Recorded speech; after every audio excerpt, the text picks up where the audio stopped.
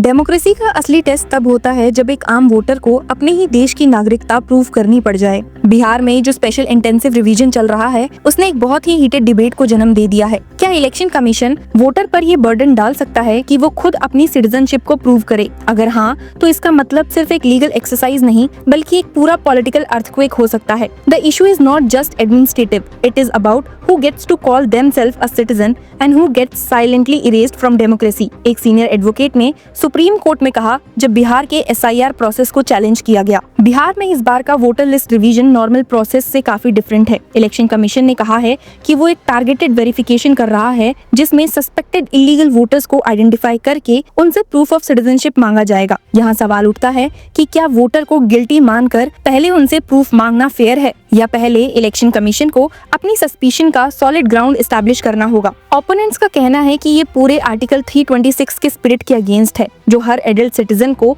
Vote करने का right देता है unless disqualified by the law. Supreme court में ये केस काफी हाई पेस्ड हो चुका है। पिटिशनर्स का आर्गुमेंट सिंपल पर इम्पैक्टफुल है। Citizenship is the foundation of voting rights. If the burden of proof is arbitrarily shifted, you risk disenfranchising millions without due process। उन्होंने ये भी हाईलाइट किया कि NRC के एक्सपीरियंस से सीखना चाहिए कि जब लोगों से उनके पुरखों के कागज मांगे गए थे तो कैसे एक पूरी जनरेशन डिसएनफ्रेंचाइजमेंट के एज पर आ जाती है। बिहार का रूरल कंटेक्स्ट अलग नहीं है। यहाँ भी migration, flood displacement and poverty का मतलब है कि लोगों के पास पेपर प्रूफ मिलना मुश्किल है। हालांकि इलेक्शन कमीशन ऑफ इंडिया का अपना डिफेंस इक्वली स्ट्रॉन्ग लगता है ऑन पेपर। कमीशन ने कोर्ट में कहा है that verification is not harassment, it is a constitutional duty to maintain the purity of the electoral roll. Election commission का कहना है कि जब इलीगल वोटर्स को हटाना लॉ का मैंडेट है तो सस्पिशन होने पर वेरिफिकेशन एक नेचुरल स्टेप है।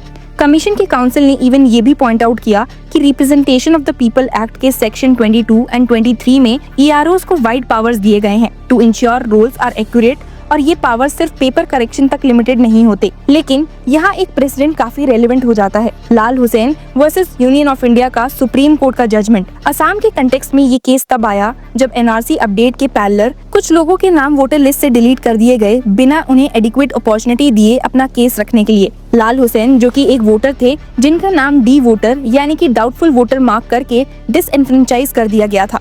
सुप्रीम कोर्ट ने क्लियरली कहा था that the right to be heard before exclusion from the electoral roll is not a formality but a substantive safeguard. Court ने ये भी ऑब्जर्व किया था कि बर्डन ऑफ प्रूफ का मैकेनिज्म कैसे ऑपरेट करेगा, उसमें प्रोसीजर फेयरनेस का बैलेंस होना जरूरी है। यानी अगर इलेक्शन कमीशन शक के बेसिस पर बर्डन वोटर पर शिफ्ट करना चाहता है तो उस शक का एक प्राइमा फेसी प्रूफ होना चाहिए और वोटर को रीजनेबल टाइम एंड असिस्टेंस मिलनी चाहिए अपना केस प्रूफ करने के लिए।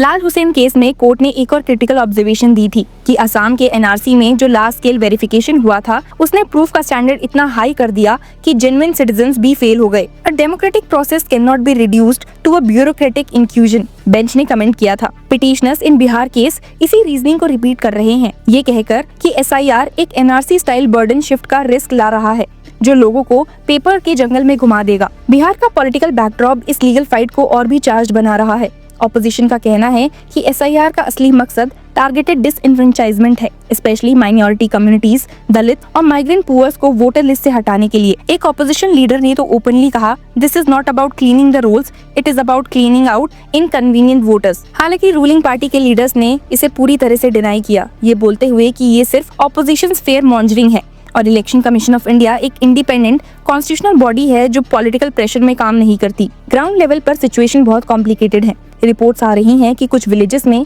BLOs ने हर वोटर से आधार, बर्थ सर्टिफिकेट और कभी-कभी फादर का वोटर ID तक मांगा है। रूरल फैमिलीज जिनके डॉक्यूमेंट्स फ्लड में खत्म हो गए उनके लिए ये इम्पॉसिबल टास्क बन रहा है। एक विलेजर ने मीडिया से कहा मैं यहाँ 40 साल से वोट दे रहा हूँ, अब मुझे बोल रहे हैं कि कौन हो तुम, प्रूफ लाओ। ये कैसा न्याय है?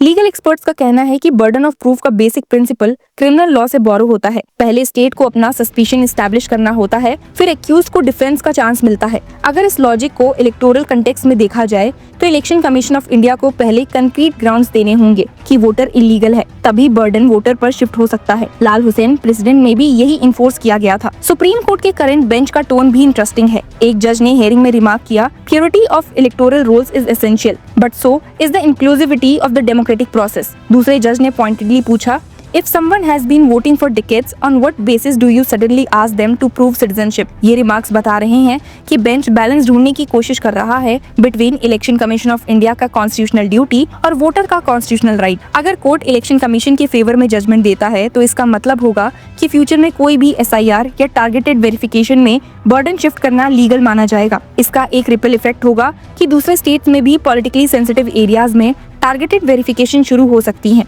और अगर कोर्ट पिटिशनर्स के फेवर में जाता है तो इलेक्शन कमीशन को अपनी वेरिफिकेशन पावर्स पर एक स्ट्रॉन्ग प्रोसीजरल फ्रेमवर्क अडॉप्ट करना होगा, जिसमें शक को जस्टिफाई करना पहला स्टेप होगा। यहाँ एक और ट्विस्ट आता है। रिप्रेजेंटेशन ऑफ पीपल एक्ट में सिटीजनशिप प्रूफ का स्टैंडर्ड क्लियरली डिफाइन नहीं है वोटर लिस्ट के कंटेक्स्ट में। सिटीजनशिप एक्ट 1955 और फॉरेनर्स एक्ट 1946 का ओवरलैप इंटरप्रिटेशन में कंफ्यूजन क्रिएट कर रहा है। लाल हुसैन जजमेंट ने इनडायरेक्टली ये भी टच किया था कि जब ओवरलैपिंग स्टैट्यूज हो तो वोटर का राइट कौन सा लॉ प्रोटेक्ट करेगा। कोर्ट ने एम्फसाइज किया था कि इलेक्टोरल राइट्स के कंटेक्स्ट में नैरो इंटरप्रिटेशन अडॉप्ट नहीं करनी चाहिए जो मास डिसइंफ्रेंचाइजमेंट ला सके। पब्लिक परसेप्शन इस केस में शार्पली डिवाइडेड है। अर्बन एलिट्स के लिए ये एक एब्स्ट्रैक्ट कॉन्स्टिट्यूशनल डिबेट है, पर रूरल पुअर्स के लिए ये एक सर्वाइवल का सवाल है। एक एक्टिविस्ट ने कहा, when you put the burden on the poor to produce documents they never had, you are effectively telling them they are not citizens. Ruling party supporters का कहना है कि अगर इलीगल वोटर्स को डिटेक्ट नहीं किया गया तो असली सिटीजन्स का वोट डाइल्यूट हो जाएगा, जो इक्वली अनफेयर है। मीडिया कवरेज ने इस डिबेट को और पोलराइज कर दिया है। कुछ टीवी एंकर्स इसे नेशंस क्लीनिंग प्रोसेस बोल रहे हैं, जबकि कुछ न्यूज़पेपर्स इसे साइलेंट वोटर पर्च कह रहे हैं। सोशल मीडिया पर NRC की हॉरर स्टोरीज के साथ साथ बिहार के BLO नोटिस के स्क्रीनशॉट भी सर्कुलेट हो रहे हैं। आने वाले दिनों में सुप्रीम कोर्ट का जजमेंट सिर्फ बिहार के लिए नहीं बल्कि पूरे देश के इलेक्टोरल वेरिफिकेशन फ्रेमवर्क के लिए एक डिफाइनिंग मूवमेंट होगा। लाल हुसैन केस एक रिमाइंडर है कि प्रोसीजरल फेयरनेस सिर्फ एक लीगल टेक्निकलिटी नहीं बल्कि डेमोक्रेसी का मॉरल फाउंडेशन है। अगर बर्डन ऑफ प्रूफ का मिसयूज होता है तो ये एक स्लिपरी स्लोप हो सकता है, जहां कल को कोई भी अपना वोट लूज कर सकता है बिना किसी रियल कॉज के। इस पूरे नैरेटिव में एक आयरनी है। जब आम वोटर अपना वोट डालकर अपने रिप्रेजेंटेटिव को चूज करता है तो उसके मन में ये कॉन्फिडेंस होता है कि ये राइट उससे कोई नहीं छीन सकता।